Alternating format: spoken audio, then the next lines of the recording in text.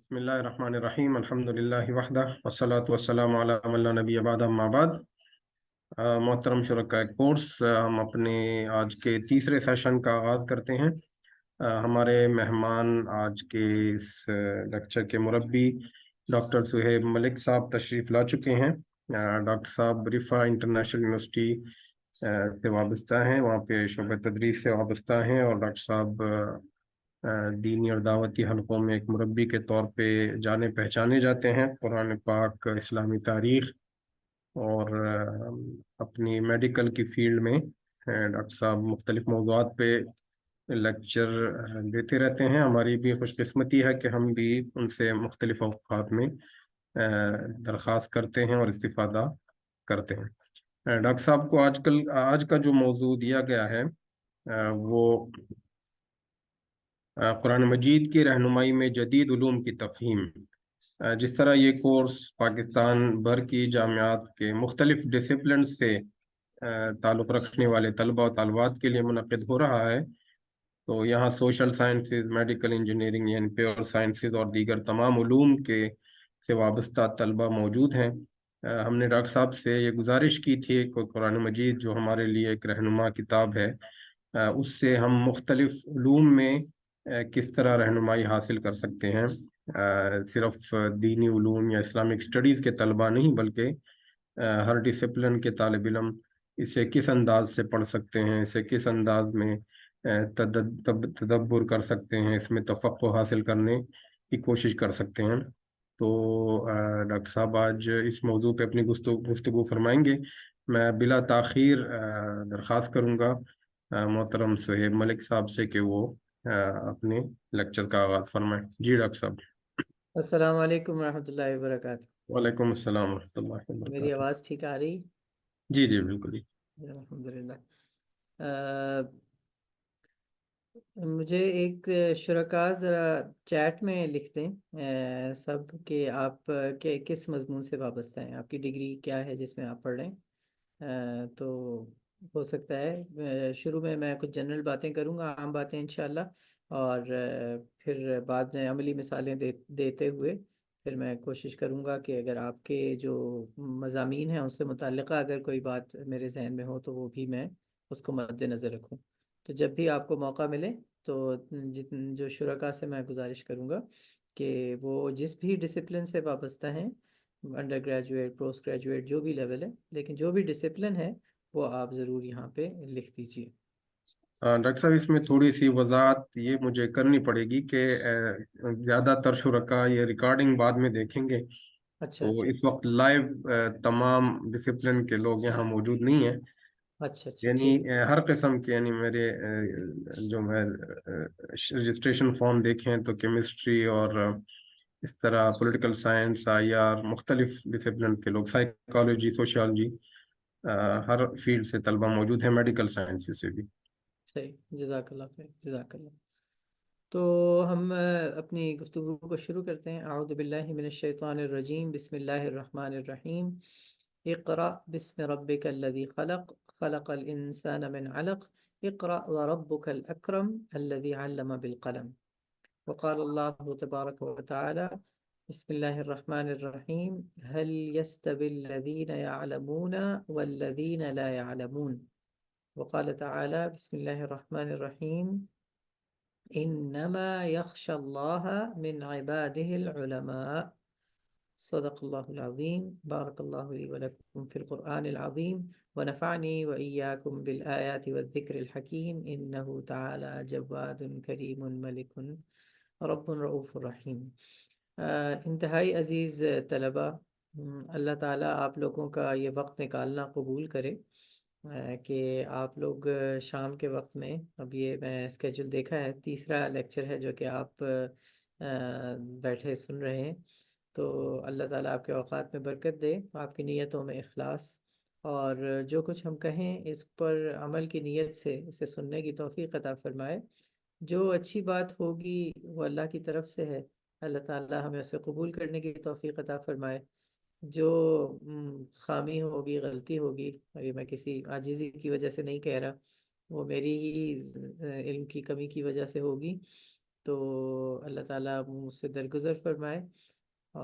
آج کے سیشن میں جیسے ڈاکٹر احسان مالک بھائی نے کہا کہ ہم اس موضوع پہ بات کریں گے کہ ہمارا کوئی بھی ڈسپلن ہو، وہ ہم فزیکل سائنسز سے ہمارا تعلق ہو، نیچرل سائنسز سے تعلق ہو، ہم سائنس اور ٹیکنالوجی سے ایسوسیٹڈ ہوں، یا ہم آرٹس اور ہیومینٹیز سے وابستہ ہوں، اللہ تعالیٰ کا جو کلام ہے قرآن پاک، وہ ہماری ذہن سازی کرتا ہے، وہ ہمارے کردار کی بھی نشو و نما کرتا ہے، ہمارے ذہن کی بھی اصلاح کرتا ہے، سوچنے سمجھنے کا طریقہ بھی سکھاتا ہے۔ تو ہم اور زندگی کے ہر شعبے کے بارے میں، یعنی زندگی کے ہر شعبے کے بارے میں رہنمائی کرتا ہے۔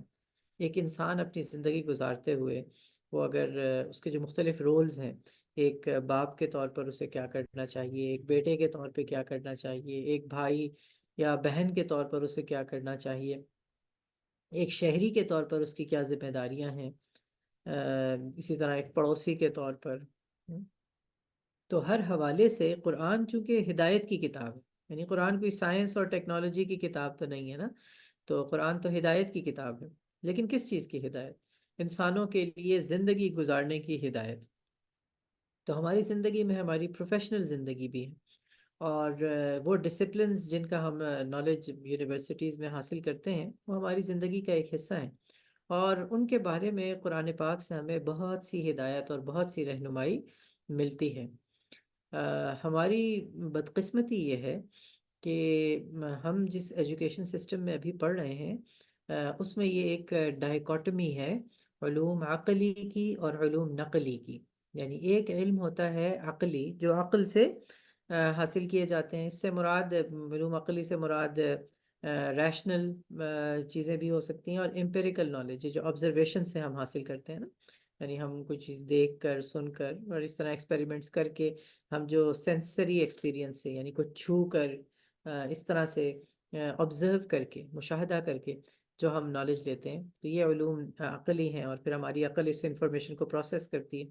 اور دوسری طرف علوم نقلی ہیں، جو قرآن و سنت کا علم ہے، جو سینہ بسینہ اور کتابوں میں نقل ہوتا ہوا ہم تک پہنچ رہا ہے۔ تو جب انگریز یہاں پر آئے بر صغیر میں، تو انہوں نے، اس سے پہلے ہمارے ہاں یہ مسئلہ نہیں تھا ڈائیکاٹمی کا، یعنی ایک ہی ایجوکیشن سسٹم ہوتا تھا جس سے فرد تعلیم حاصل کرتا تھا۔ تو انہوں نے آ کر ہمارے روایتی تعلیمی نظام کو ختم کر دیا، عملاً ختم کر دیا، اور ہمارا پھر جو روایتی مدارس تھے، انہوں نے پھر اپنے بقا کے لیے انہوں نے کہا کہ اب ہم یونیورسٹیز کو اور کالجز، یہ جو سکولز ہیں، ان کو تو چینج کر نہیں سکتے، وہ تو انگریزوں کے ہاتھ میں ہے، تو ہم اپنی دینی روایت کو بچا لیں۔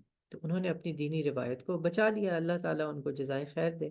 لیکن پاکستان بننے کے بعد بھی ہونا تو یہ چاہیے تھا کہ جب ہم اس کرائسس سے باہر نکلے، تو ہم ان دونوں سورسز آف نالج کو دوبارہ انٹیگریٹ کرتے، ایک طرف عقلی علوم ہے، دوسری طرف نقلی علوم ہے، ہاں۔ تو لیکن ایک، یعنی ایک وحی پر مبنی، اور ایک جن کو ہم اپنی عقل سے، انسانی کاوشوں سے حاصل ہونے والا علم ہے۔ تو ان دونوں علوم کو انٹیگریٹ ہونا چاہیے تھا، لیکن یہ نہیں کیا جا سکا، اور آج بھی ہمارے معاشرے میں یہ دو پیرلل نظام تعلیم چل رہے ہیں، متوازی، دریا کے دو کناروں کی طرح، جو ساتھ ساتھ چلتے جاتے ہیں، اور وہ کبھی ایک دوسرے سے ملتے نہیں ہیں۔ ایک طرف ہمارا مدارس کا نظام تعلیم ہے، جس میں قرآن و سنت کی تعلیم دی جاتی ہے، اور دوسری طرف کالجز اور یونیورسٹیز کا ہے، جس میں انسانی زندگی جس طرح سے آج کے دور میں چل رہی ہے، تو اس کو چلانے والے کارکن تیار ہوتے ہیں جدید نظام تعلیم سے۔ تو یعنی اب ان کو انٹیگریٹ کرنا بہت ضروری ہے، لیکن یہ انٹیگریشن کیسے ہوگی، اس کے لیے کیا چیزیں کرنے کی ضرورت ہے، یہ ایک بہت بڑا مضمون ہے، اور میں پورے اس مضمون پہ، انٹیگریشن پہ بات نہیں کروں گا۔ خاص طور پر قرآن مجید کا مطالعہ، ہمارا جو آج کا موضوع ہے نا، تو ہم اس پہ کچھ، ویسے تو انٹیگریشن آف نالج کی تھیم پہ ہی ہم بات کریں گے، لیکن قرآن ہمیں کیا رہنمائی کرتا ہے کہ ہم کیسے اس نالج کو انٹیگریٹ کر سکتے ہیں، ٹھیک ہے؟ تو یہ ہمارا آج کا موضوع ہے انشاءاللہ العزیز۔ تو پہلی بات جو میں عرض کروں گا، جو کچھ آیتیں میں نے آپ کے سامنے پڑھی پہلے، تو انہی سے کیوں نہ شروع کیا جائے پہلے ہی جو میں نے 5 آیات پڑھی آپ کو معلوم ہے سورۃ العلق کی وہ آیات ہیں. سورۃ العلق قرآن پہلی وحی ہے، اور اس میں اللہ شروع پہلی وحی اقرا سے ہوئی، پڑھو، پڑھنے سے. اور پھر اس کے بعد دوسری بات یہ اس میں کہی گئی کہ اپنے رب کے نام سے پڑھو. تو علم کا سورس اللہ تعالیٰ کی ذات ہے.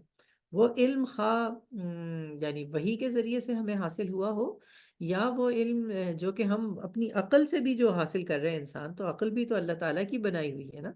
تو جس بھی ذریعے سے علم آئے، الٹیمیٹ سورس تو اللہ تعالیٰ کی ذات ہے. الذی خلق الانسان من علق.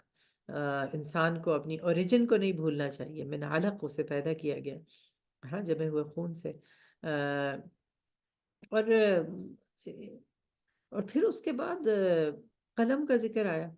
اقرأ وربک الاکرم الذی علم بالقلم. اللہ تعالیٰ نے قلم سے سکھایا. تو یعنی قلم کی اہمیت، یعنی ٹول، وہ جو کہ نالج حاصل کرنے کے لیے حاصل کیا جائے، اس کا بھی ذکر ہوا. تو دیکھیں، پہلے پڑھنے کا ذکر ہوا، اور وہ آپ جس لفظ کو پڑھتے ہیں وہ جس لفظ سے جس ٹول سے لکھا جاتا ہے اس کا بھی ذکر ہوا. اور اللہ تعالیٰ نے فرمایا علم الانسان ما لم یعلم. تو انسان کو وہ کچھ سکھایا جسے وہ نہیں جانتا تھا. تو مشہور اورینٹلسٹ فرانز روزنتھال، انہوں نے کہا کہ ہر تہذیب کچھ ایبسٹریکٹ آئیڈیاز کے پیچھے چلتی ہے، کچھ مجرد تصورات کے پیچھے، اور وہ جو بڑا، جس کو وہ بہت زیادہ ویلیو دیتے ہیں. تو اسلامی تہذیب میں وہ جو ایبسٹریکٹ آئیڈیا ہے، انہوں نے کہا کہ وہ علم ہے، علم کا حصول. تو نبی کریم صلی اللہ علیہ وسلم جس معاشرے میں آئے، وہاں پہ گنے چنے پڑھے لکھے لوگ تھے، لیکن کچھ ہی سالوں کے اندر اتنی بڑی تبدیلی آئی کہ پورے کا پورا معاشرہ پڑھے لکھے لوگوں پر مشتمل ہو گیا. ایک علمی تحقیقی ایک ماحول بنا. تو یہ اس کے پیچھے اس کا بھی ذکر ہے کہ وہی اسے کیسے بات شروع ہو رہی ہے.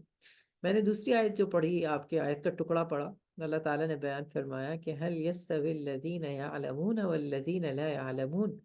کیا جاننے والے اور نہ جاننے والے برابر ہو سکتے ہیں؟ فرمایا انما يتذكر اولو الالباب. نصیحت تو بس عقل والے ہی حاصل کرتے ہیں. تو عقل، آپ نوٹ کریں گے قرآن پاک میں عقل کو برا بھلا نہیں کہا گیا. عقل کو کم تر ثابت کرنے پہ کوئی بہت زیادہ قرآن میں آپ کو آیتیں نہیں ملیں گی. کہیں پہ یہ نہیں کہا گیا ہوگا عقل کم استعمال کرو. جہاں بجا آپ کو یہ ملے گا افلا تعقلون. یہ لوگ عقل نہیں استعمال کرتے. ہاں، افلا یتدبرون، یہ غور و فکر نہیں کرتے. تو اور لوگوں پہ تنقید کی گئی ہے کہ لوگ عقل استعمال نہیں کرتے. جا بجا قرآن پاک میں کہیں بھی نہیں کہا گیا عقل کیوں استعمال کرتے ہو. یہ کہیں بھی روکا نہیں گیا. ہر جگہ پہ عقل استعمال کرو. ان فی ذلک لآیات لقوم یعقلون. بے شک اس میں نشانی ہے عقل والوں کے لیے. اچھا، جو آخری آیت کا ٹکڑا میں نے پڑھا سورہ فاطر والی، جو اس سے پہلی تھی وہ سورۃ الزمر سے تھی، اور یہ سورۃ فاطر سے، کہ انما یخشى اللہ من عباده العلماء. کہ اللہ تعالیٰ سے تو بس علماء ہی ڈرتے ہیں. العلماء ہی اللہ تعالیٰ کا خوف اور اللہ کی محبت. خشیت کہتے ہیں محبت، ایسے خوف جس میں محبت گندھی ہوئی ہو. تو اللہ تعالیٰ کی حقیقی محبت اور اللہ کا خوف تو جن لوگوں کے دل میں ہوتا ہے وہ تو العلماء ہی ہیں. اچھا، العلماء سے اس آیت میں کیا مراد ہے؟ اس کو یہ بھی سمجھ سکیں کہ اس سے مراد صرف یعنی وضو کے مسائل یاد کر لینے کا نام نہیں ہے نا علم. اگر آپ اسی آیت کا کانٹیکس دیکھیں، اس سے پہلے کی جو آیت ہے اس میں ذکر ہے کہ جو لوگ یعنی اللہ تعالیٰ نے اپنی نشانیوں کا ذکر کیا کہ پہاڑ مختلف رنگوں کے ہیں، اور یہ جو اللہ تعالیٰ کی تخلیق میں جو اختلاف ہے اس کا ذکر کیا گیا. تو یعنی اللہ تعالیٰ کی جو نظام فطرت ہے اس پہ غور و فکر کر کے یعنی العالم بندہ بن جائے اور اللہ کا خوف سے پیدا ہو جائے، تو اس کا بھی تذکرہ ہے. تو ان کچھ آیات کے بعد اب ہم آتے ہیں اس چیز کی طرح. یہ تو ہمیں ابھی تک اسٹیبلش کیا نا ان باتوں سے کہ قرآن عقل استعمال کرنے پہ بار بار ابھارتا ہے اور اکساتا ہے. کہتا ہے کبھی تدبر کرو، کبھی تفقہ کا لفظ آتا ہے گہری سمجھ کے لیے نا، وہ سمجھ. اور حکمت کا لفظ استعمال ہوتا ہے جو کہ گہرے علم کی بات ہے، جو کہ ڈسپلن کی باؤنڈریز سے پھیلا ہوا ہے. یہ بھی بہت اہم بات ہے جی، حکمت کو سمجھنا. یعنی اگر آپ کے پاس ہم یہ الفاظ استعمال کرتے ہیں ڈیٹا اور انفارمیشن اور نالج اور وزڈم. تو ڈیٹا پیسز آف انفارمیشن ہے، اور جب آپ اس کو کلیکٹ کر کے آرگنائز کرتے ہیں تو وہ انفارمیشن بن جاتی ہے، اور انفارمیشن ایک پورے ایک باڈی آف نالج میں کنورٹ ہو جائے، یعنی ایک وہ ڈسپلن اور وہ سارا بن جائے، تو یہ ایک نالج جسے کہتے ہیں. اور جب وہ نالج کے جو بیسک پرنسپلز ہیں، فنڈامنٹل پرنسپلز، ان کو سمجھنا اور ڈسپلنز کی باؤنڈری سے باہر نکلنا، تو یہ حکمہ ہے، وزڈم ہے. تو حکمت کا لفظ استعمال ہوا قرآن پاک میں، عقل کا لفظ استعمال ہوا. عقل کسے کہتے ہیں؟ عقل دیکھیے، یعنی جب وہ گھوڑے کو لگام پہناتے ہیں نا، تو اس کو منہ میں جو حصہ ہوتا ہے نا لگام کا، وہ کسی لوہے کا یا کسی اور پیتل کا، اس طرح کے کسی میٹل کا ہوتا ہے، تو اس کو عقل، ہاں اس کو، تو یعنی اگر آپ اس کو، سوری، حکمہ، حکمت کی میں بات کر رہا تھا، عقل بیچ میں آ گئی. تو یعنی جو عقل کو قابو میں رکھے اور کنٹرول کرے، یہ ان چیزوں کی بہت زیادہ اہمیت ہے، اسے حکمہ کہتے ہیں. تو عقل کو قابو میں کرنے والی چیز بھی حکمت ہے نا. تو وحی کا بہت زیادہ اہم کردار ہے اس کے اندر. آئیے کچھ اب ہم باتیں کرتے ہیں کہ یہ ساری بات تو سمجھ میں آ گئی نا، کہ قرآن عقل استعمال کرنے پر ابھار رہا ہے، گہرے غور و فکر کی بات کر رہا ہے، سوچنے سمجھنے کی بات کر رہا ہے، اور غور و فکر پہ ابھار رہا ہے بار بار، کہیں بھی عقل کو دبا نہیں رہا. اور پھر یہ بھی، اور یہ بہت اہم ہے اس کو سمجھنا، کہ عقل میں، اور جو عقل جو کہ صحیح ہو، اور علم نقلی جو وحی سے آ رہا ہو اور وہ صریح ہو، ان دونوں میں کوئی کانٹرڈکشن نہیں ہو سکتی. امام ابن تیمیہ کی کتاب در و تعارض، اس میں انہوں نے اس پہ بہت زیادہ وضاحت سے یہ بات بیان کی ہے کہ جو صحیح عقل جو کچھ سوچے گی نا، اور جو علوم نقلیہ ہیں، یعنی جو وحی سے آ رہے ہیں، ان دونوں کے درمیان میں کوئی کانٹرڈکشن نہیں ہو سکتا. تو آپ اس چیز میں بالکل ڈیفینسو ہونے کی ضرورت نہیں ہے، کہ اگر ہم سائنسز کو پڑھیں گے تو اس کے نتیجے میں ہمارا وحی پر ایمان کمزور ہوگا. کوئی کمزور نہیں ہوگا. اگر ہم اپیرنٹ کوئی کانٹرڈکشن ہے تو اس کی دو ہی وجوہات ہو سکتی ہیں. یا تو یہ وجہ ہے کہ جو عقل سے ہم نے جو، یا ایکسپیریمنٹ کر کے جو ہم نے معلوم کیا ہے، وہ ہمارے کنکلوژنز ٹھیک نہیں ہیں، یعنی ہمارے کوئی میتھڈولوجیکل ایرر ہے، میتھڈولوجی میں کوئی مسئلہ تھا، یا میتھڈولوجی تو ٹھیک تھی لیکن ریزلٹس کو ہم نے جو انٹرپریٹ کیا ہے، وہ انٹرپریٹ کرتے ہوئے کوئی مسئلہ تھا، یعنی یہ اس طرح کا کوئی ایشو ہوگا. یا پھر مسئلہ یہ ہوگا کہ ہم وہی کو صحیح نہیں سمجھ رہے، وہی کو انٹرپریٹ صحیح طرح سے نہیں کر رہے، تو ہم اس کی پھر ہمیں کچھ اس کا خیال اس طرح سے کرنا ہوگا. تو بالکل اعتماد کے ساتھ جتنے ہیومن جو نالج کو ایکسپلور کرنے کے جو یہ طریقے ہیں، امپیریسسٹ طریقے ہیں، ان کو اڈاپٹ کیجئے، اور سینسری ایکسپیرینس کے ساتھ، اور کوئی کانٹرڈکشن قرآن و سنت سے آپ کو نظر انشاءاللہ العزیز نہیں آئے گی. اچھا جی، تو یہ تو ایک بات ہو گئی اس میں. اب آئیے پھر کام کرنے کی ضرورت کیا ہے. قرآن کیا رہنمائی کرتا ہے سارے ڈسپلنس کے بارے میں. جو بالکل آخری حصہ ہوگا ٹاک کا، اس کے اندر میں کچھ پریکٹیکل ایک دو ایگزامپلس بھی دوں گا، اور میں یہ بھی بتاؤں گا کہ کسی ڈسپلن کو اسلامائز کرنا یا اس کے اندر قرآنی نالج کو انٹیگریٹ کرنے کے پریکٹیکل سٹیپس کیا ہو سکتے ہیں. لیکن پریکٹیکل سٹیپس سے پہلے میں یہ بات ضرور کرنا چاہوں گا کہ قرآن کی رہنمائی ہے کس نوعیت کی. ٹھیک ہے، قرآن کسی بھی ڈسپلن کو سمجھنے میں کس قسم کے آپ کو کیسے مدد دے گا. تو سب سے پہلی چیز جو قرآن آپ کو فراہم کرے گا وہ ہے آبجیکٹیوٹی. ٹھیک ہے، آبجیکٹیوٹی، یعنی قرآن پاک آپ کو حقیقی علم دیتا ہے، حقیقی علم دیتا ہے نا.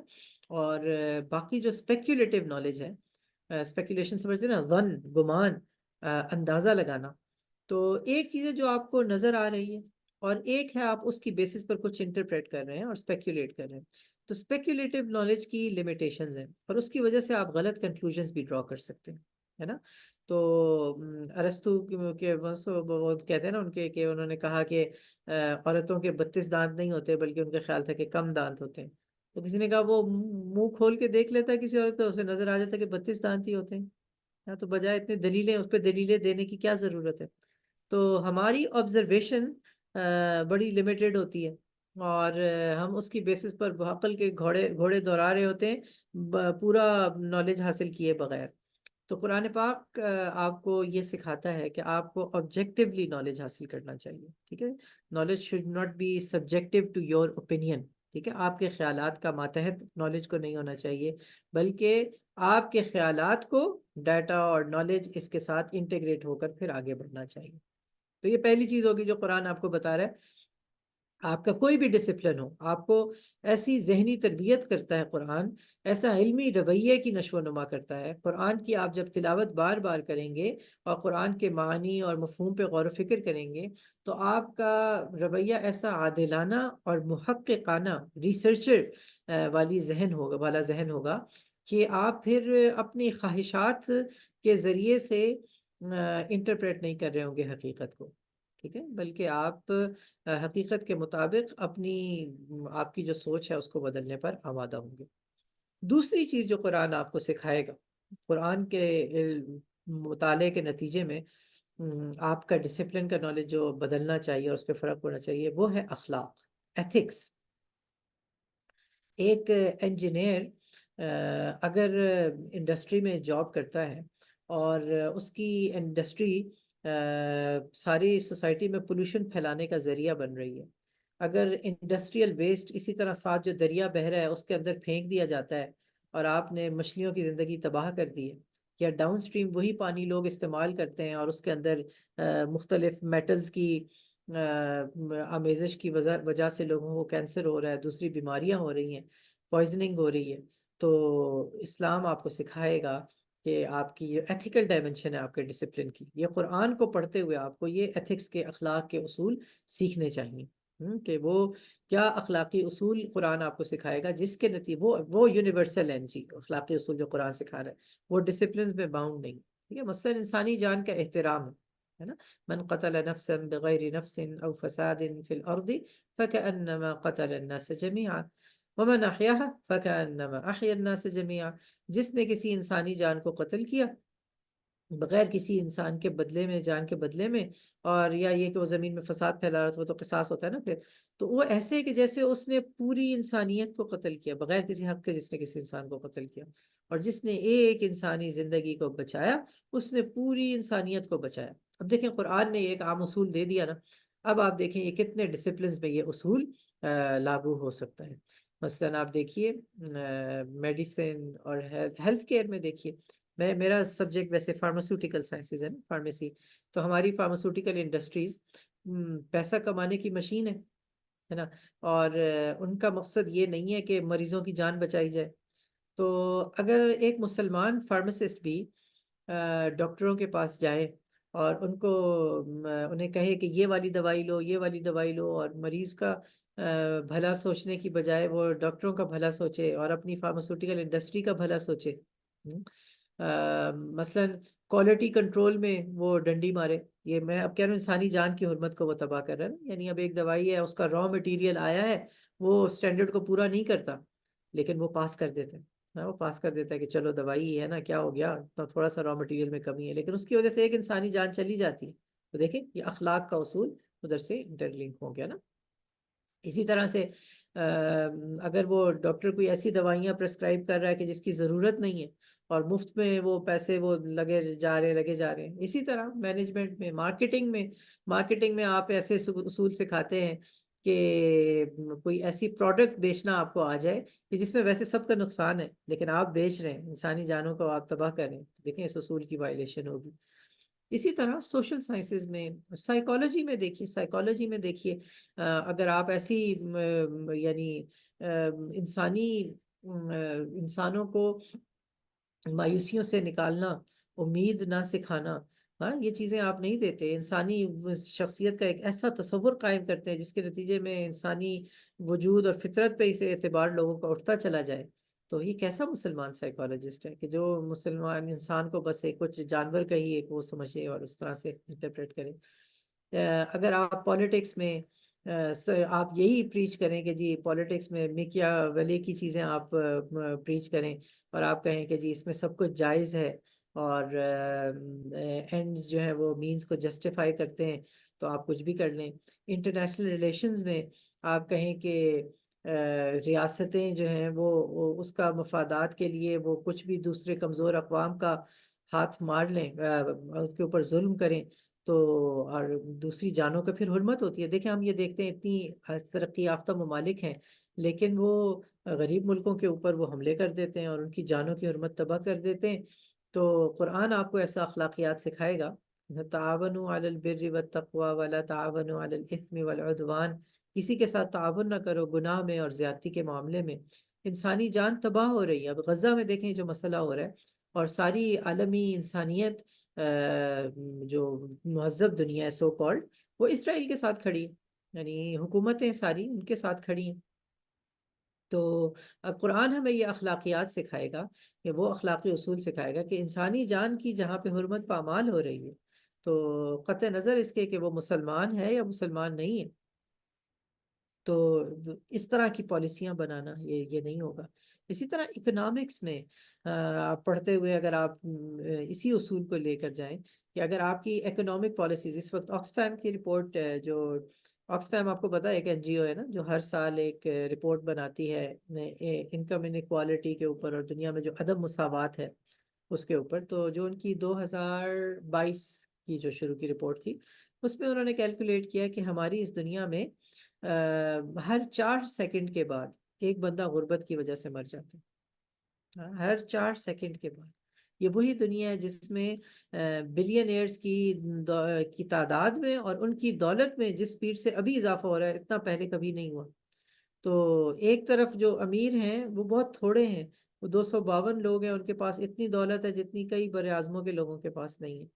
تو یہ ایک طرف یہ ہے اور دوسری طرف یہ. تو ایسا اکنامکس کا تصور کہ جس میں آپ پروڈکشن آف ویلتھ کے بارے میں کنسرن تو ہوں لیکن ڈسٹریبیوشن آف ویلتھ کے بارے میں کنسرن نہ ہو، تو نتیجہ یہ نکلے گا کہ بنیادی انسانی ضروریات زندگی معاشرے کے ایک بڑے حصے کو نہیں مل رہی ہوں گی. تو آپ صرف کیپٹلسٹک اس کے تحت آپ بس کہیں جی پروڈکشن آف ویلتھ بڑھے گی تو اس کے نتیجے میں خود بخود سب کا بھلا ہوتا چلا جائے گا، ٹرکل ڈاؤن ہوگا، پیسے بڑھیں گے سوسائٹی میں اور اس کے نتیجے میں غریب کو بھی ملے گا. نہیں ملتا جب تک آپ ڈسٹریبیوشن آف ویلتھ کے میکینزمز بھی نہیں بناتے. تو یوں دیکھیے اب ہم نے، اور انسانی جان کی پھر وہ حرمت وہ نہیں رہے گی، وہ لوگ غربت کی وجہ سے مر رہے ہوں گے. تو ایک ہم نے قرآن کی ایک تعلیم، ایک آیت اٹھائی اور ہم نے اسے اکراس دا ڈسپلنس ہم نے اس کو امپلیمنٹ کر کے دیکھا. تو یہ بہت زیادہ اہم ہے. یعنی کوئی بھی جو علم ہم حاصل کر رہے ہیں تو وہ اس طرح سے اس پرسپیکٹیو سے دیکھا جائے. تو ایک اور تو میں نے 2 باتیں کہی ہیں ابھی تک کہ قرآن آپ کی رہنمائی کیسے کرتا ہے اپنے ڈسپلن کو سمجھنے میں، خواہ وہ ڈسپلن کوئی بھی ہو. پہلی بات میں نے کہا آبجیکٹیوٹی قرآن آپ کو عطا کرتا ہے. ٹھیک ہے، آپ ویسٹ کے لینس سے، یورپ کے لینس سے، ویسٹ کی اینک سے آپ ساری سائنسز کو نہیں دیکھیں گے بلکہ آپ حقیقت جیسے ہے اس طرح سے دیکھنا شروع کریں گے. اور دوسرا میں نے کہا کہ اخلاق، ایتھکس کے بارے میں قرآن آپ کو ایسے اصول دے گا کہ وہ ڈسپلن تک محدود نہیں ہے بلکہ وہ سارے ڈسپلن میں پھیلے ہوئے. تیسری چیز، اور یہ بھی بہت اہم ہے، کہ وہ آپ کے ڈسپلن کو ایک قرآن پرپزفنس عطا کرے گا، مقصدیت عطا کرے گا. ٹھیک ہے، یعنی ہم اس وقت جو نالج جو بھی پڑھتے ہیں بس ہم ویسے بغیر مقصد کے پڑھ رہے ہوتے ہیں، اور بہت سارا علم ہمارا ایسا ہوتا ہے کہ جس کا کوئی فائدہ نہیں ہو رہا ہوتا. ہم یعنی سیمیسٹر پہ سیمیسٹر گزرتا چلا جاتا ہے، ہر سیمیسٹر میں 4 5 5 6 کورسز پڑھ رہے ہیں، اور اکثر کورسز کے بارے میں باقی ہمیں بھی پتہ ہے، ہمارے اساتذہ کو بھی پتہ ہے کہ عملی زندگی میں اس نے کبھی استعمال نہیں ہونا، پھر بھی ہم پڑھتے چلے جا رہے ہیں. لیکن قرآن آپ کو ایسا علم حاصل کرنے کی طرف توجہ دلاتا ہے کہ جو پرپسفل ہو، اور علوم کا مقصد کیا ہے اس پہ سوچنے کی ٹریننگ کرے گا. دیکھیے نبی کریم صلی اللہ علیہ وسلم نے ہمیں جن چیزوں سے پناہ مانگنا سکھایا ہے ان میں سے ایک ہے کہ اللہم انی اعوذ بک من علم لا ينفع. اللہ میں آپ کی پناہ مانگتا ہوں ایسے علم سے جس کا کوئی نفع نہ ہو، اس کا کوئی فائدہ نہ ہو.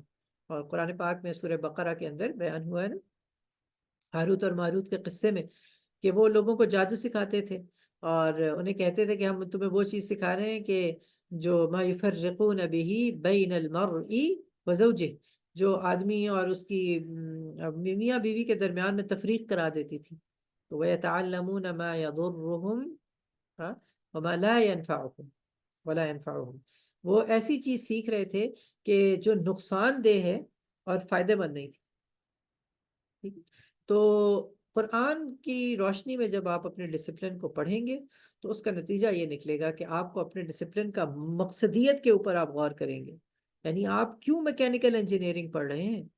ہماری سوسائٹی کا فائدہ کیسے ہو سکتا ہے میکینیکل انجینئرنگ سے؟ میں کیوں فزکس پڑھ رہا ہوں؟ میں کیوں میڈیکل سائنس پڑھ رہا ہوں؟ اس میں علم نافع کیسے بن سکتا ہے؟ تو علم نافع یعنی یہ بہت اہم ہے، نفع بخش علم. اور پھر اسی علم نافع کے حصول کے نتیجے میں جب آپ عمل کریں گے، عمل سے مراد جو بھی پروفیشنل عمل کریں گے وہ آپ کا عمل صالح ہوگا. تو علم نافع اور عمل صالح، قرآن پاک آپ کو آپ کے ڈسپلن کے نالج کو آپ کے لیے علم نافع بنا دے گا، اور اس ڈسپلن کی جو پروفیشنل لائف ہوگی اس میں جو آپ عمل کریں گے اس کو عمل صالح بنا دے گا. تو یہ تین چیزیں ہو گئی ہاں، کہ غایت کیا ہے آپ کے ڈسپلن کی، مقصد، پرپزنس، اور اس کے لیے آپ کو ایک ایتھکس فراہم کرے گا قرآن. اور تیسری چیز وہ آپ کو آبجیکٹو بنائے گا. تو معروضی طور پر آپ کو اپنے خواہشات کی بجائے جو حقیقت ہے ان کو اس طرح سے دیکھنے کی مواقع فراہم کرے گا. تو یہ میں چاہتا تھا کہ یہ تین، مجھے معلوم ہے کہ ہو سکتا ہے باتیں کچھ، اگر آپ لوگ انڈر گریجویٹ اس سے ہیں تو آپ کے لیے شاید تھوڑا ہیوی ہو گئی ہوں، امید ہے کہ لیکن سمجھ میں آ رہی ہوں. تو آئیے ان اصولوں کے بعد اب ہم کچھ پریکٹیکل چیزوں کی طرف جاتے ہیں.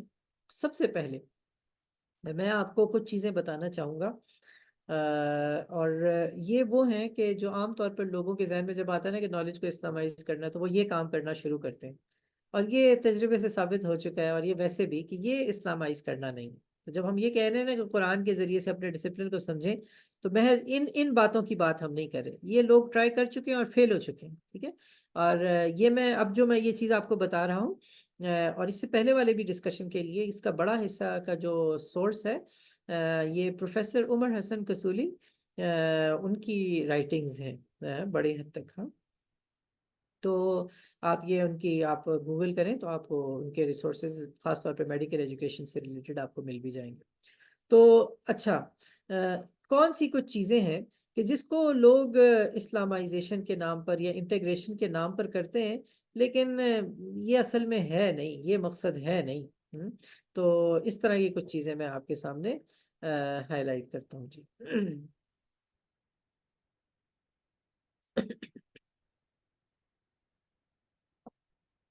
بسم اللہ. تو پہلی چیز، لوگ کیا کرتے ہیں، ایک چیز جو کئی دفعہ بہت کوشش کی گئی ہے اور یہ بارہا فیل ہوئی ہے، کہ قرآنی آیات اور احادیث کو انسرٹ کر دیا جائے. اردو میں آپ کہیں گے چپکا دیا جائے. ایک ادروائز ایک بالکل یورپین امریکن کانسیپٹس ہیں اور یورپین پیس آف رائٹنگ ہے. سب کچھ ہی وہ جس طرح سے سائنس ان کی بنی ہوئی، آپ کا جو بھی ڈسپلن ہے، آپ پالیٹکس پڑھتے ہیں، فلسفی پڑھتے ہیں، آپ فزکس کیمسٹری پڑھتے ہیں، آپ میتھمیٹکس پڑھتے ہیں، یا آپ انجینئرنگ یا میڈیکل سائنس یا ویٹرنری یا ایگریکلچر، جس ڈسپلن سے بھی آپ کا تعلق ہے، ایک آپ اٹھائیں ویسٹرن پیس آف رائٹنگ، ٹھیک ہے، کوئی ٹیکسٹ بک کلاسیکل، ٹھیک ہے، جو کہ آپ وہ کینیڈا میں کہیں میگل سے چھپی ہے، امریکہ میں کہیں سے چھپی ہے، یو کے میں، آسٹریلیا میں کہیں سے چھپی ہے، اور آپ اس پیس آف رائٹنگ کے اوپر قرآنی آیات چپکانا شروع کرتے ہیں. ٹھیک ہے، اور قرآنی آیت ادھر لگتی ہے یا نہیں لگتی، آپ کو بس لگے ذرا سا کہ بس یہ اس میں کچھ نہ کچھ ملتا جلتا ہے، اور آپ وہ چپکانا شروع کر دیں. تو یہ نہ کیجیے، قرآنی اس کی کوئی ضرورت نہیں ہے. اچھا، دوسری چیز کہ قرآن کو آپ اس نقطۂ نظر سے پڑھیں کہ آپ اس کے اندر سے سائنٹیفک فیکٹس نکالنا شروع کر دیں. ٹھیک ہے، تو اور پھر اس میں ہوتا کیا کہ آپ کی سائنس تو بدلتی رہتی ہے نا، تو آپ قرآن پاک کی ایسی ایکسپلینیشنز کرنا شروع کر دیں گے کھینچ تان کے اس کو سائنسی چیزوں اس میں سے نکالنے کے لیے. اگر کوئی چیز نکل آتی ہے، میں یہ نہیں کہہ رہا کہ اس کو نہ کریں، وہ پہلی چیز کے بھی میں خلاف نہیں ہوں، یہ نہیں کہہ رہا کہ وہ آیتیں نہ استعمال کریں، ضرور کیجئے جہاں پہ ہوتی ہیں، لیکن وہ جو کھینچ تان کی آیت چپکانا ہے نا، وہ نہ کریں. اور اس طرح دوسرے اس کیس میں بھی اگر کوئی ایسی چیز ہے جو قرآن پاک کے ٹیکسٹ سے بالکل نمایاں پتہ چل رہی ہے کہ یہ ایک سائنٹیفک فیکٹ ہے اور جو قرآن پاک میں 14 صدیوں پہلے بیان ہوا ہے، تو ماشاءاللہ الحمدللہ اس کو یوز کیجئے. لیکن جو کھینچ تان کی ایک ایکسرسائز ہوتی ہے نا، ہر چیز میں سے قرآن کی کسی آیت کسی اور چیز کے بارے میں، اور آپ اس کے اندر سے نکال کر کوئی سائنس نکالا، ایسے نہ کیجئے. اچھا جی، پھر ایک اور چیز جو ہم کرتے ہیں اور نہیں کرنی چاہیے، کوئی بھی سائنٹیفک فیکٹ ہو اور ہم اس کی دلیلیں قرآن سے نکالنے کی یعنی ایک مصنوعی سی کوشش کریں. ایک سائنٹیفک فیکٹ ہے اور ہم کہیں کسی طرح سے میں نے قرآن سے اس کو ثابت کرنا ہے، اس بات کو یوں نہ کیجیے. اچھا، اسی طرح قرآن پاک کے سائنٹیفک جو معجزے ہیں ان کو ایکسپلین کرنے کے پیچھے لگ جانا. اگر کوئی چیز پتہ چلتی ہے الحمدللہ، لیکن اس وقت جب ہم ڈسپلنس کو اسلامائز یا انٹیگریٹ کرنے کی بات کر رہے ہیں تو یہ وہ اپروچ نہیں ہے جس کی ہم بات کر رہے ہیں. اچھا، اسی طرح ایک اور چیز جو کی جاتی ہے عام طور پر کہ کوئی یورپین کانسیپٹ آپ کو نظر آیا مینجمنٹ کے اندر، مینجمنٹ کے اندر خاص طور پہ ٹائم مینجمنٹ میں، اس طرح لیڈرشپ میں کوئی ایتھکس کا کوئی کانسیپٹ یا کوئی اور آپ نے اس کو اٹھا کر کے آپ نے کہا کہ یہ تو وہی چیز ہے جو قرآن میں لکھی ہوئی ہے. تو آپ پیرالل مسلسل قرآن آپ اس نقطۂ نظر سے پڑھ رہے ہیں، تو اگر کوئی پیرالل ہے تو الحمدللہ اس کو آپ بیان کر دیجئے. لیکن آپ قرآن پڑھیں ہی اس نقطۂ نظر سے کہ آج میں نے جو تھیوری پڑھی ہے نا انٹرنیشنل ریلیشنز کی، یہ والی یا یہ والی جو پولیٹیکل تھیوری پڑھی ہے، اس کو میں کسی طرح سے قرآن سے نہ میں بس ریلیٹ کر دوں کسی طرح سے. آپ قرآن پڑھیے ضرور، اور اس کے اندر آپ اسی نقطۂ نظر سے پڑھیے کہ آپ اس ڈسپلن کے اسٹوڈنٹ ہیں، کوئی اس میں حرج نہیں ہے، بلکہ یہ محمود ہے، پسندیدہ ہے. لیکن آپ کہیں کہ میں نے کوئی ایک خاص گیون تھیوری ہے اس کو میں نے قرآن سے ثابت کرنا ہے، یوں نہ کیجیے. اور اسی طرح کوئی ویسٹرن پیس آف رائٹنگ ہے، اس کے اندر آپ سپلیمنٹری آئیڈیاز قرآن کی طرف سے ملا کر ڈالنا شروع کر دیں. آپ ایک پوری تھیوری کو ویسٹرن آپ ایکسیپٹ کر لیں اور پھر اس کو کہیں کہ اس کے اندر میں یہ چیز ڈال دوں اور وہ چیز ڈال دوں. تو اس طرح جب آپ کریں گے تو آپ قرآن کی بھی ان چیزوں کے ذریعے سے ویلیو کم کر رہے ہوں گے، اور آپ وہ جو سائنس کا بھی جو وہ کریں گے نا تو وہ بھی صحیح نہیں ہوگا. اسی طرح مطلب سائنٹیفک تھیریز ہوتی ہیں بہت ساری، آپ ان کو سمجھتے نہیں ہیں پوری طرح سے، اور قرآنی آیت کو بھی پوری طرح سے نہیں سمجھتے، اور آپ یا تو ایسی آنکھیں بند کے اسے قبول کرنا شروع کر دیتے ہیں، کہتے ہیں یہ بات تو قرآن میں بھی ہے، یا ایک دوسری انتہا پر جاتے ہیں اور کہتے ہیں نہیں نہیں قرآن کی اس آیت کے روح سے یہ بات غلط ہے. حالانکہ نہ آپ اس سائنٹیفک تھیوری کو اچھی طرح سے سمجھتے ہیں، نہ آپ قرآنی آیت کو سمجھتے ہیں. تو اس طرح سے اب آپ کریں گے تو آپ کو مسئلہ ہوگا. اچھا، اب آئیے، اب میں آپ کے سامنے کچھ مثالیں میں پریزنٹ کرتا ہوں اس طرح کی کہ جو اسلام کا انپٹ ہو سکتا ہے کریکولم کے اندر. تو اس میں جو اسلام کیا انپٹ دے سکتا ہے، مثلا میڈیکل کریکولم میں عمر کسوری صاحب کے سب یہ مثالیں دے رہا ہوں کچھ. ایک جو بڑا ہو سکتا ہے یعنی میڈیکل کریکولم میں انہوں نے 5 آبجیکٹیوز لکھے کہ جو ہو سکتے ہیں. ایک کہ آپ اسلامک پیراڈائمز اور اسلامک کانسیپٹس کو بالعموم جہاں کہیں بھی وہ میڈیسن سے ریلیٹ کرتے ہیں تو ان کو انٹروڈیوس کرانا شروع کریں.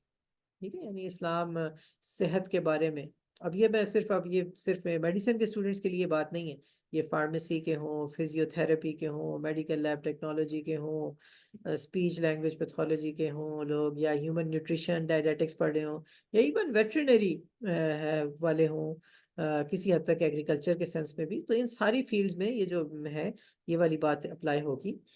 اور یہ باقی مطلب آپ باقی جو سوشل سائنسز ہیں اس کے اندر بھی، سوشل سائنسز کو میں ویسے الگ سے بھی میں کچھ بات کروں گا آخر میں انشاءاللہ، اگرچہ میرا یہ مضمون نہیں ہے لیکن کچھ ابتدائی باتیں میں اس میں آپ کی خدمت میں شاید عرض کر سکوں. تو جو بھی اسلامک پیراڈائمز ہیں اور کانسیپٹس، پہلی بات یہ عرض کی جو کہ میڈیسن سے ریلیٹڈ ہیں، اگر ہم میڈیسن کے کریکولم کی بات کر رہے ہیں تو ان کے بارے میں مطلب اسلام کا صحت کا تصور کیا ہے نا، ہولسٹک ایک تصور ہے، تو اس کو پریزنٹ کیا جائے. اور اسی طرح تو جسمانی صحت کے حوالے سے اور روحانی صحت کے حوالے سے اسلام جو کچھ کہتا ہے، تو ان پیراڈائمز کو، ان کانسیپٹس کو انٹروڈیوس کرانا. ہم اپنے ڈسپلن تو قرآن پڑھتے ہوئے ہم یہ دیکھیں کہ ہمارے ڈسپلن سے متعلق کون سے جنرل کانسیپٹس قرآن میں بیان ہوئے. ٹھیک ہے، زیادہ اسپیسیفکس میں آپ جائیں گے نا، یعنی خاص کوئی چیز ڈھونڈیں گے، ایک آیت تو وہ آپ اس میں وہی بات ہوگی، وہ جو پہلے جن چیزوں سے ہم آپ کو وہ کہہ رہے تھے، منع کر رہے تھے کہ وہ زیادہ نہ کریں، تو آپ وہ چیزیں زبردستی کھینچ تان کے کر رہے ہوں گے. لیکن عمومی طور پر کیا قرآن کا مزاج ہے اس کے بارے میں وہ آپ کو پتہ چلے گا. اچھا، دوسری چیز میڈیکل سائنس کے کانسیپٹ میں، اور یہ بایولوجی، کیمسٹری اور عام طور پر بہت سی چیزوں کے لیے اپلیکیبل ہے، وہ یہ کہ اللہ تعالیٰ کی نشانیاں جو انسانی جسم کے اندر ہیں ان پہ غور و فکر کر کے ایمان مضبوط کیا جائے. ٹھیک ہے، یعنی جب میڈیکل سائنس میں انیٹمی جو کہ ہیومن سٹرکچر ہے باڈی کا اس کو پڑھتے ہیں، یا فزیولوجی باڈی کا فنکشن پڑھتے ہیں، کہ بایو کیمسٹری پڑھتے ہیں کہ ہماری باڈی کی کیمسٹری کیسے چلتی ہے، تو اس کے ذریعے سے لوگوں کا اللہ پر ایمان مضبوط کیا جائے. تو علی حد القیاس آپ دیکھیے اللہ تعالیٰ نے سورۃ الروم میں بیان فرمایا کہ وَمِنْ آیَاتِهِ أَنْ خَلَقَكُم مِّن تُرَابٍ، یعنی یہ تمہیں مٹی سے پیدا کرنے میں نشانیاں ہیں اس کی. تو کائنات میں جو کچھ ہے وہ اللہ کی نشانی، اور ہر لمحہ تبصرہ ہے، ساری چیزیں تبصرہ ہیں، آنکھیں کھول دینے والی چیزیں، تاکہ ہم اللہ تعالیٰ کو پہچان سکیں. جو کچھ ہے وہ تبصرہ ہے، ٹھیک ہے، اور ذکر ہے، نصیحت اور یاد دہانی کراتا ہے اور ہماری آنکھیں کھولتا ہے. تو مولانا مودودی نے سورۃ یوسف ہے نا میں اللہ تعالیٰ نے بیان فرمایا وَكَأَيٍّ مِّنْ آيَةٍ فِي الْأَرْضِ يَمُرُّونَ عَلَيْهَا وَهُمْ عَنْهَا مُعْرِضُونَ، کہ یہ لوگ کتنی ہی اللہ کی نشانیوں کے اوپر سے گزر جاتے ہیں اور اعراض کرتے ہیں، توجہ ہی نہیں دیتے. تو اس کی تشریح میں مولانا مودودی نے تفہیم القرآن میں لکھا کہ جو چیز بھی ہے کائنات میں، ایک تو اس کا وہ مقصد ہے نا جس کے لیے ہم اسے استعمال کرتے ہیں، اس کے ساتھ ساتھ وہ اللہ کی نشانی بھی ہے. جیسے پانی ہے نا، ہم اسے پیاس بجھانے کے لیے استعمال کرتے ہیں، صفائی حاصل کرنے کے لیے استعمال کرتے ہیں، ساتھ ساتھ وہ اللہ کی نشانی بھی ہے، اللہ تک پہنچنے کا ایک ذریعہ بھی. تو وَمِنْ آیَاتِهِ أَنْ خَلَقَ لَكُم مِّنْ أَنفُسِكُمْ أَزْوَاجًا، اور اس میں بھی نشانی ہے کہ اللہ تعالیٰ نے تمہاری اپنی جان سے تمہارے لیے جوڑے بنائے. تو یہ خاندان کا بننا، مودہ و رحمہ، اور خاندان میں یعنی دو لوگ ملتے ہیں اور ان کے درمیان میں اللہ تعالیٰ محبت اور رحمت رکھ دیتا ہے. تو اس میں نشانی ہے عقل غور و فکر کرنے والوں کے لیے. ومن آیات، تو اب آپ دیکھیے جو سوشالوجی آپ پڑھتے ہیں، خاندان کا ادارہ، اس نقطۂ نظر سے پڑھا جائے خاندان کو، معاشروں کے بننے کو. اور ومن آیات ہی خلق السماوات والارض واختلاف السنتکم والوانکم، تو آسمان و زمین کی تخلیق میں، تمہاری زبانوں اور رنگوں کے اختلاف میں، سوسائٹی کے اندر جو ویریشنز ہے زبان اور رنگ کے، اس کے ذریعے سے اللہ تک پہنچا جائے.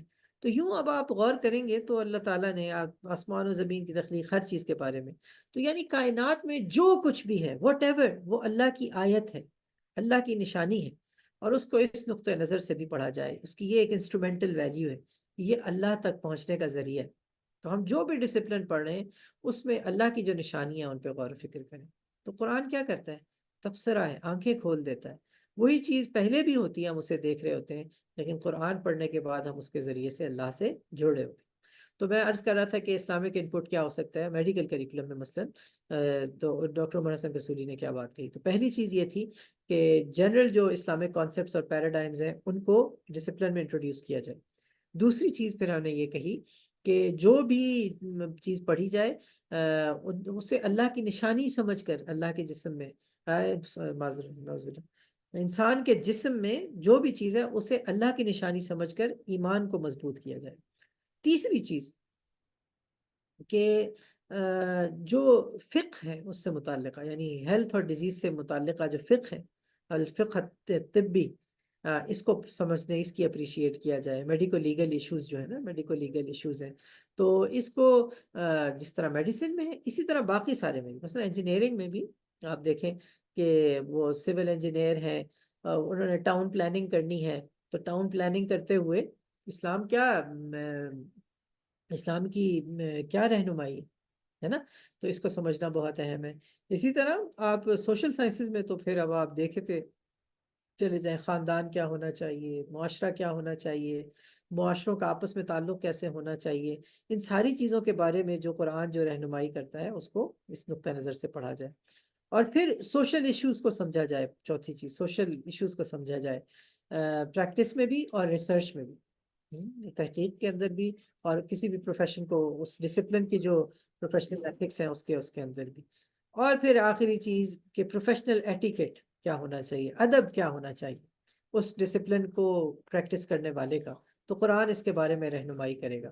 یعنی ایک مسلمان طبیب ایک غیر مسلمان طبیب سے کیسے مختلف ہوگا، ایک مسلمان انجینئر ایک غیر مسلم انجینئر سے کیسے مختلف ہوگا، ایک مسلمان جو آئی ٹی کا اسپیشلسٹ ہے وہ کیسے مختلف ہوگا، اس کی کیا ایتھکس مختلف ہوں گی، وہ کس قسم کے پروجیکٹس کر رہا ہوگا، کس طرح کی کمپنی سے انگیج کر رہا ہوگا، اور وہ پروفیشنل ایکسپرٹیز کیسے ڈیولپ کر رہا ہوگا. تو یہ ایک اور چیز ہے کہ جس کے بارے میں قرآن ہماری رہنمائی کرے گا. تو میں اپنی بات کو اب سمیٹتے ہوئے میں یہ عرض کروں گا کہ قرآن و سنت کے ساتھ ہمارا بہت گہرا تعلق ہونا چاہیے ہم مسلمانوں کو. ہم یہ نہیں کر سکتے کہ ہم اپنے ڈسپلن کے بارے میں بہت کچھ پڑھیں اور قرآن کی بنیادی تعلیمات سے واقف نہ ہوں. اور صرف ایک دفعہ قرآن پڑھنا کافی نہیں ہے، قرآن سے ساری زندگی کا گہرا تعلق. ہاں، اور ہم اس نقطۂ نظر سے صرف پروفیشنل تعلق اس ڈسپلن کے اندر کے لیے ہی نہیں، ویسے بھی ہم قرآن تو کتاب ہدایت ہے نا، ہمیں اپنی زندگی کے لیے رہنمائی چاہیے. ہم بار بار پڑھتے ہیں قرآن کے مضامین، قرآن کی گلیوں کے ہم مسافر ہوں، اور قرآن ہماری زندگی میں اس کی ایک حیثیت ہو. جب ہم اس طرح سے بار بار پڑھیں گے تو قرآنی تصورات ہمارے ذہنوں میں اس طرح سے موجود ہوں گے کہ وہ ہمارے ذہنوں کو حقیقت کی طرف رہنمائی کریں گے، اور بامقصد بنا دیں گے ہمارے ڈسپلن کی اسٹڈی کو، اور ایک با اخلاق، ہاں، عمل صالح کرنے والا شخص ہمیں بنا دیں گے. تو میں ادھر اپنی بات روکتا ہوں، اور میں اگر کوئی سوال میں چاہوں گا کہ اگر آپ کے کوئی ہیں تو میں ان کا جواب دے دوں. اگر سوال نہ ہوئے تو میں کچھ ایک دو مثالیں مزید دے کر پھر بات ختم کرتا ہوں.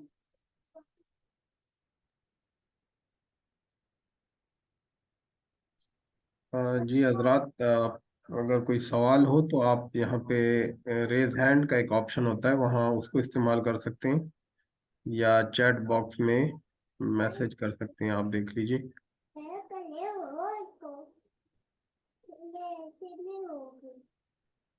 جی بھائی، لیکچر فیس بک پہ بھی شرکا کے کمنٹس یہی ہیں کہ وہ لیکچر کو پسند فرما رہے ہیں. یہاں چیٹ میں بھی ویری نائس لیکچر کا میسج آیا ہے، لیکن ہم چاہتے ہیں کہ آپ کا بھی کچھ تھوڑا ان پٹ ہو. آپ کوئی بات کی مزید وضاحت چاہتے ہوں، کوئی اضافہ چاہتے ہوں، یا کسی کوئی ایسا نقطہ جو مس ہو گیا ہو اس کی طرف نشاندہی کرنا چاہتے ہوں، تو آل آر ویلکم. اور اگر کچھ نہیں ہے تو یہ ایک سوال آیا ہے کہ ٹیکنالوجی اور آئی ٹی بالخصوص آرٹیفیشل انٹیلیجنس سے متعلق وہ کہہ رہے ہیں کہ جی میں جی، وہ آپ کو آیا ہوگا. جی دیکھیے. جی. تو یہ جی آپ نے اچھا کیا، آپ نے پوچھ لیا. تو دیکھیے، اسلام ٹیکنالوجی کا مخالف نہیں ہے. ہاں، قرآن ٹیکنالوجیکل گروتھ کی سپیڈ کو روکنا نہیں چاہتا. ٹھیک ہے، ٹیکنالوجیکل گروتھ ہونی چاہیے بالکل، اس میں کوئی وہ اسلام کو اس کے اگینسٹ نہیں ہے. اسلام آپ کو کوئی پچھلی صدی میں دھکیلنا نہیں چاہتا، پچھلی صدیوں میں. اسلام بس، لیکن اسلام کچھ اصول دیتا ہے.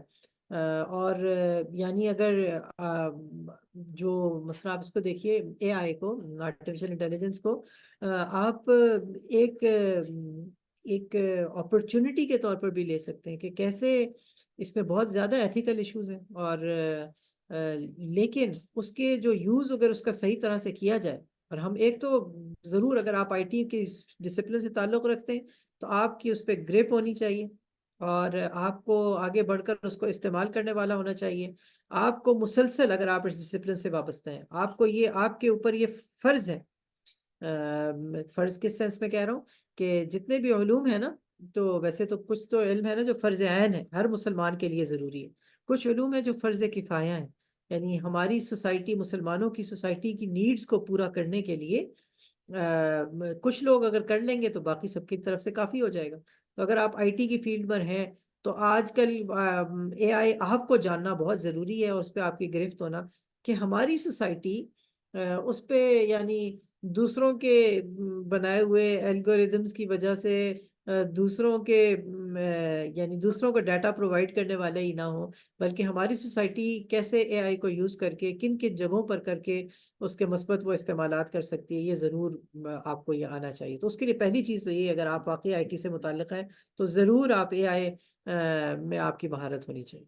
تاہم جو ایک وہ جس چیز کا خیال رکھنا چاہیے کہ اے آئی کا بہت زیادہ ان ایتھیکل مختلف طرح کے استعمالات ہو سکتے ہیں نا، اور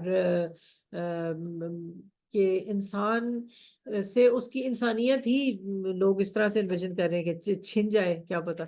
تو اس حوالے سے یہ ذہن میں رکھنا کہ اے آئی کو انسان کا متبادل نہیں ہو سکتی، اور اے آئی کے نتیجے میں اگر سوسائٹی کے اوپر کوئی جو اسلام کے مقاصد ہیں، مقاصد شریعت کا آپ علم ضرور حاصل کیجیے، بنیادی جو مقاصد شریعت ہیں، اور ان کی وہ اگر اس کو اگر کہیں پہ کوئی نقصان پہنچ رہا ہے، یعنی انسانی نسل کا تحفظ نہیں ہو رہا، یا جان کو خطرہ پہنچ رہا ہے، یا تو اس صورت میں آپ کو پھر ایک خیال رکھنا ہوگا کہ اس طرف کا استعمال نہ ہو.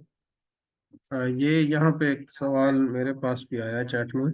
صنعتی شعبہ میں اجزائے ترکیبی کی طرف بھی متوجہ کرنے کی ضرورت کے حوالے سے آپ کیا فرماتے ہیں؟ جی تو مختلف صنعتوں میں مختلف طرح کے یہ جو انگریڈینٹس استعمال ہوتے ہیں تو یہ اخلاق ایک تو وہی جو میں نے عرض کیا نا ایتھکس والی بات جو عرض کی کہ اگر آپ فوڈ انڈسٹری سے مثلاً وابستہ ہیں اور فوڈ انڈسٹری میں ایسے کیمیکلز استعمال ہو رہے ہیں جو کارسینوجینک ہیں جو کینسر کازنگ ہیں، جو کینسرز اتنے زیادہ بڑھ گئے ہیں، اس کی کیا وجہ ہے؟ کبھی سوچیں ہم تو ہم بہت سے ایسے کیمیکلز بنانا شروع ہو گئے ہیں کہ جو ہماری صحت کو نقصان پہنچا رہے ہیں۔ تو قرآن ہمیں یہ بتائے گا، اس کی طرف رہنمائی کرے گا۔ اسی طرح سے اس بارے میں سوچیں کہ جو پلاسٹکس ہم بناتے ہیں، نیچرلی جتنی چیزیں بنتی ہیں ہمارے نظام فطرت میں ہی اللہ تعالیٰ نے اس کو ڈیکمپوز کرنے کا اور ڈسٹروائے کرنے کا بھی طریقہ بنایا ہوا ہے نا، اللہ تعالیٰ نے رکھا ہوا۔ اب یہ پلاسٹکس ہم بناتے ہیں اور یہ پڑے رہتے ہیں سمندر کے اندر، سمندر کی تہہ کے اندر یہ پلاسٹک بیٹھتے چلے جا رہے ہیں، اور سمندر کے اندر وہ جو آبی زندگی ہے اس کو کتنا ہم نے نقصان پہنچایا ہے۔ کورل ریفز تباہ ہو گئی ہیں، مچھلیوں کی زندگی کو نقصانات ہیں۔ تو یہ آپ کی بات بہت اہم ہے کہ جو ہم کیمیکلز بنا رہے ہیں اور ان کو اس طرح سے بغیر کسی فلٹر کے، بس اللہ تعالیٰ کی دنیا ایکو سسٹم کو اپنے تباہ کر دیا۔ ظہر الفساد فی البر والبحر، بحر و بر میں فساد پھیل گیا، یہ ہمارے ہاتھوں کی کمائی کی وجہ سے، بما کسبت ایدی الناس۔ جزاک اللہ۔ یہاں ایک سوال، اس موضوع میں طلبہ کے علاوہ نصاب اور اساتذہ کا کتنا کردار ہے؟ جی جی بالکل، بہت اہم بات کی آپ نے۔ اساتذہ کا اور نصاب کا بہت اہم کردار ہے۔ اساتذہ نے چونکہ اس مضمون کو پڑھا ہوا ہے اور لیکن انہوں نے چونکہ ایک وہ ویسٹرن مائنڈ سیٹ سے پڑھا ہوا ہے، تو ایک تو اس اساتذہ کو بہت کچھ ان لرن کرنے کی ضرورت ہے۔ جو کچھ سیکھا ہوا ہے اس کو بھلا دیں، تھوڑے تھوڑے کو بھلانے کی بھی کوشش کریں، اور قرآن و سنت کی رہنمائی میں اپنا دوبارہ علم اس کو ایک دفعہ حاصل کرنے کی کوشش کریں۔ نصاب کی بہت زیادہ اہمیت ہے جی۔ نصاب جب تک کتابیں، hand outs, course out lines, curriculum, یہ چیزیں صحیح نہیں ہوتی تو پوری دنیا میں کئی پرائیویٹ سکولز اسلامک موجود ہیں، لیکن ان کی اچیومنٹ یہی ہوتی ہے کہ وہ اسلامک ایک سوشل اور کلچرل انوائرمنٹ بنا لیتے ہیں اپنے سکول کے اندر، لیکن اس کے جب تک نصاب ہم نہیں بدلیں گے، اپنی ذہن سے سوچی ہوئی ٹیکسٹ بکس نہیں لکھیں گے، تو ہم پوری طرح سے مسلمان نہیں بن سکتے اور اپنے ڈسپلن کو اسلامائز نہیں کر سکتے۔ یہ بہت اہم چیز کی طرف آپ نے توجہ دلائی۔ جی، آرٹیفیشل انٹیلیجنس اور جدید جو ٹولز ہیں اس حوالے سے ایک لیکچر اس کورس میں آگے آئے گا، تو طلباء کے لیے وہ بھی رہنمائی کا ذریعہ ہوگا۔ آرٹیفیشل انٹیلیجنس پہ ہم IIIL اور centre for piece and global studies کے تحت ایک دو لیکچر منعقد کر چکے ہیں، انگلش میں بھی اور اردو میں بھی، تو وہ بھی ہمارے یوٹیوب اور واٹس ایپ، جو یوٹیوب اور فیس بک پہ موجود ہے۔ جی آپ پھر اپنی گفتگو جاری رکھیں، یہاں اور سوال نہیں ہے اس وقت۔ جی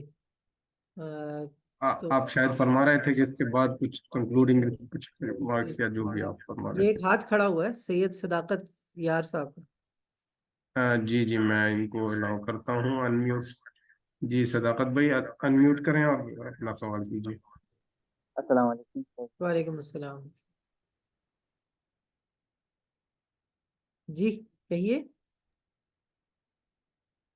سر بہت بہت شکریہ سر، آپ نے سر احسان آپ کے نیٹ سگنل لگتا ہے کمزور ہیں، آپ کی آواز نہیں آ رہی ہمیں۔ رعایت اللي يقول الباب الافتراضات۔ جی سر، آپ کی آواز سمجھ نہیں آ رہی ہمیں۔ آواز سمجھ نہیں آ رہی۔ ابھی آ رہی ہے، یہ ادھر سے ابھی جس طرح بولیں اس طرح سے بولیں۔ سر اب ٹھیک ہو گئی سر؟ ہاں یہ ٹھیک ہے، یہ ٹھیک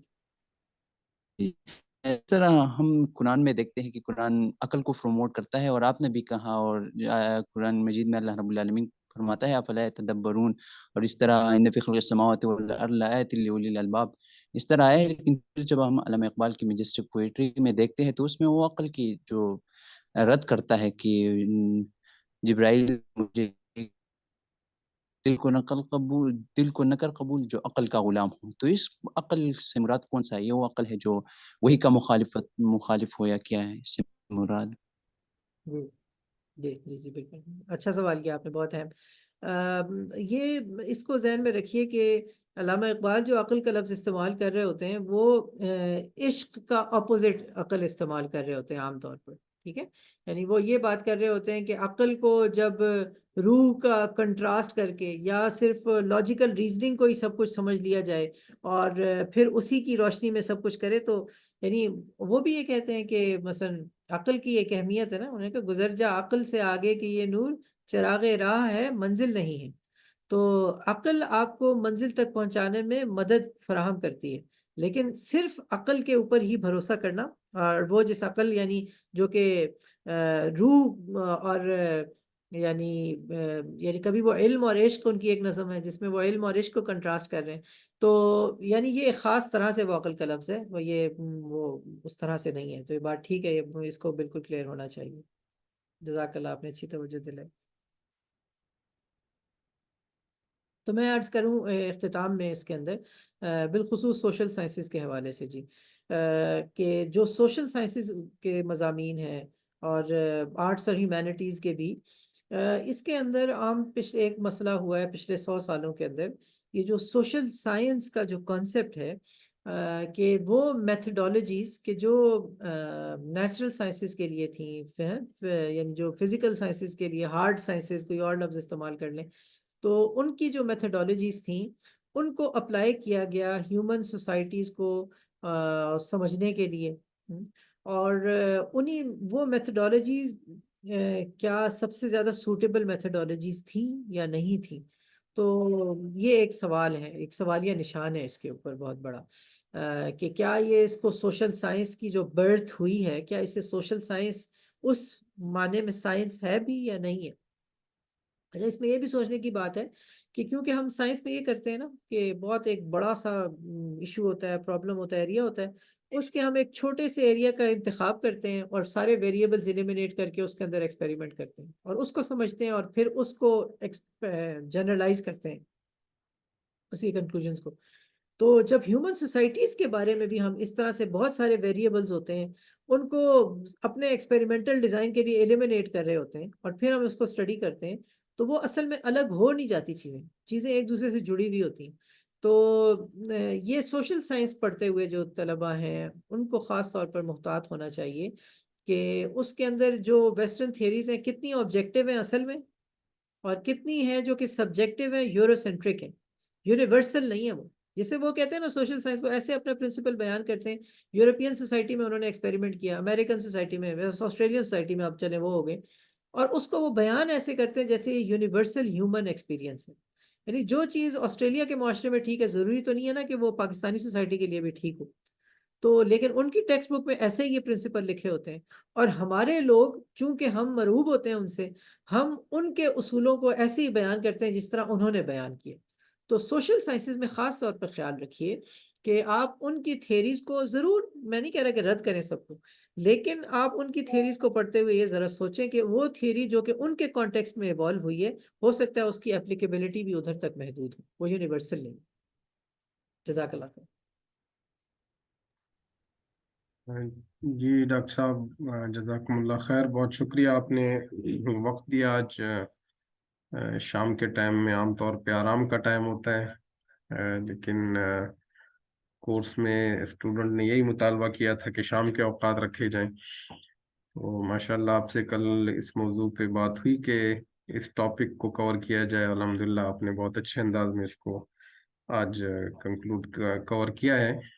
امید ہے جب بھی آپ کو آئندہ درخواست کریں گے تو آپ تشریف لایا کریں گے. مجھے امید ہے کہ ہمارے طلبہ نے بھی استفادہ کیا ہے، اور جو بعد میں یہ ریکارڈنگ سنیں گے انشاءاللہ وہ بھی استفادہ کریں گے، اور مختلف جو پوائنٹس آپ نے ریز کیے ہیں اس حوالے سے سوچیں گے اور اپنے ڈسپلن میں خود کنٹریبیوٹ کرنے کی کوشش کریں گے انشاءاللہ. اور یہ جو اسلامائزیشن آف نالج کی جو آپ نے اس طرف لیکچر میں کافی دفعہ اشارہ کیا، تو اس میں بھی اپنے حصے کا کام کریں گے. تو بہت شکریہ آپ تمام حضرات کا، اور ڈاکٹر صاحب کا ایک دفعہ پھر شکریہ.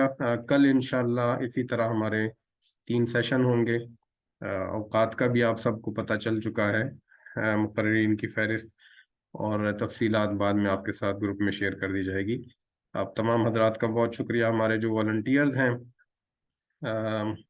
ان تمام حضرات کا بھی بہت شکریہ جنہوں نے پروگرام کے انتظامات میں اور باقی چیزوں میں تعاون کیا، اور جو میری آرگنائزنگ کمیٹی کے دوست ہیں وہ بھی انشاءاللہ ہمارے ساتھ آگے والے دنوں میں آپ کو نظر بھی آئیں گے۔